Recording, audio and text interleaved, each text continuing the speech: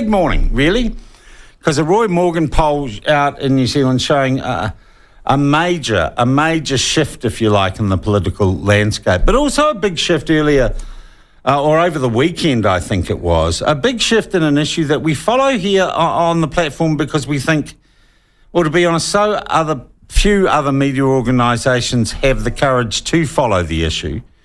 And I believe, and I think many New Zealanders do believe, it's kind of important.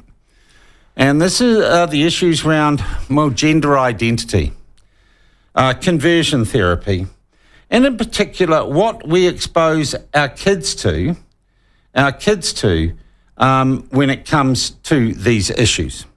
There is no doubt, and there's demonstrable proof that advocates for gender dysphoria and advocates for people having really invasive and dangerous surgeries and treatments to deal with gender dysphoria have managed to get hold of government funds and are heavily involved in our schools, right? Heavily involved in our schools. So it was interesting to note over the weekend that two senior members of the National Party have taken a stand on this issue. That being Nicola Willis and Christopher Luxon. And they've both said that they believe the issue of gender education, and I'll read the quote from Chris Luxon. Asked for national stance on LGBTQ woke ideology in schools, Luxon said, those sexuality issues should be dealt with in the home and by parents and within their own family environments in the home. And Nicola Willis backed him up on that. So he has said to the Rainbow Youth, the Inside Out, the Chanel Lyles of this world, get away from our kids. And I think it's a strong message. And I know it is a message that many of you listening would agree with. I had hoped to have Chris Luxon or Nicola Willis backed him up on it. I had hoped to have one of them on this morning to talk about this. But they wouldn't come on, and they haven't made a lot of this stand since. They've been too busy saying they're going to build roads or tunnels or whatever. My question to them would be, if we were to have an interview, what will you do to stop woke ideology in schools? Not saying that, just saying you're against it. You actually have to walk the talk. Easy to talk the talk. You have to walk the talk. So what would, and it looks increasingly we're going to have a national-led government, what would you do to stop what is happening in schools now happening? So from reaction for this, we go to a group that I think's been the leading group in New Zealand on these issues, Speak Up for Women. Their spokesperson is Suzanne Levy, and she joins us now. Suzanne, welcome to the platform again. Are you heartened by what Luxon said? I am. I am worried that he's going down the sort of throwing the baby out with the bathwater route.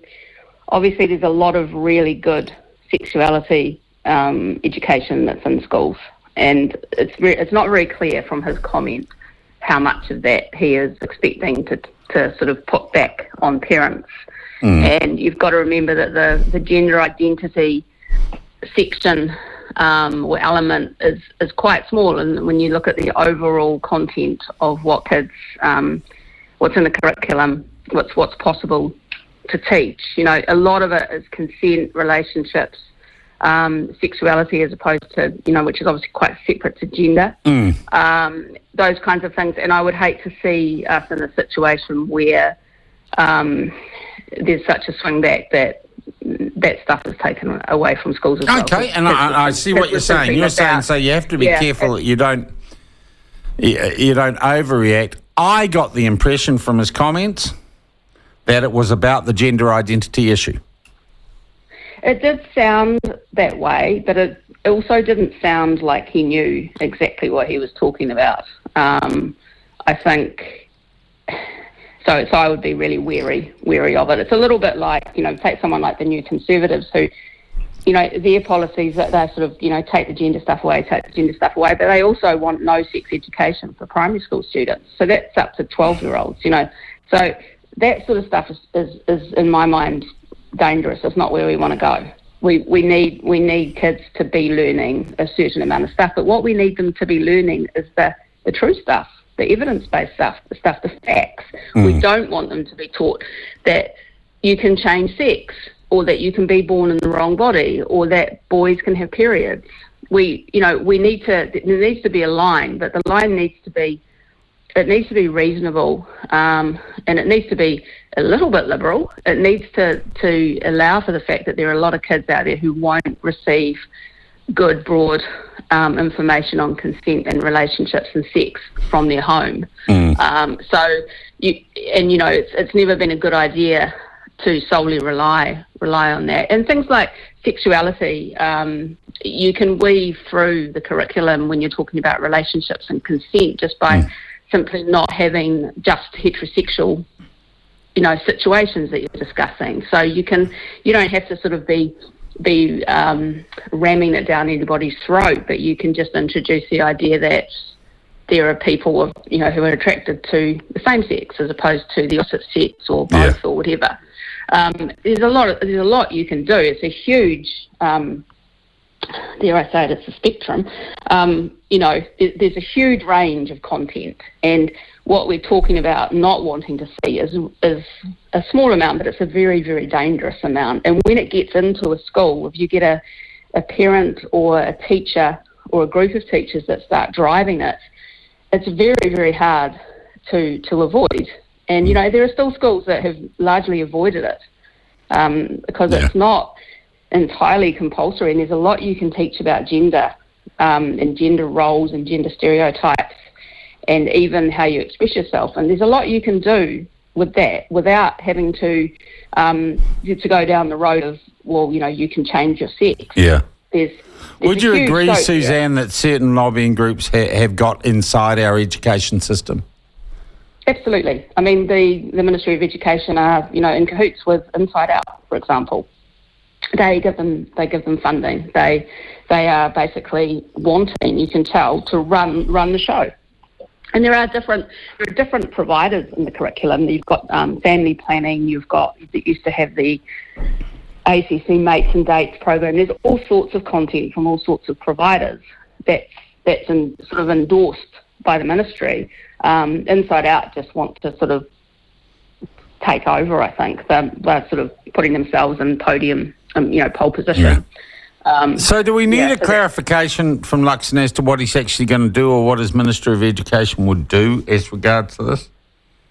I think so, because it's such a broad topic and it's a bit of a vague answer, I think. It's even, I think New Zealand First commented on it last week, and even theirs was a little bit more specific in terms of gender and sex education in general. I think there's a bit more information there. So it would be good to know what he actually means, or whether it's like a gut reaction, let's get this stuff out of schools, which might be what some people want to hear. But I think a lot of people just want, they want transparency, and they want the content that is blatantly, it's a lie. They want us to stop lying to the kids.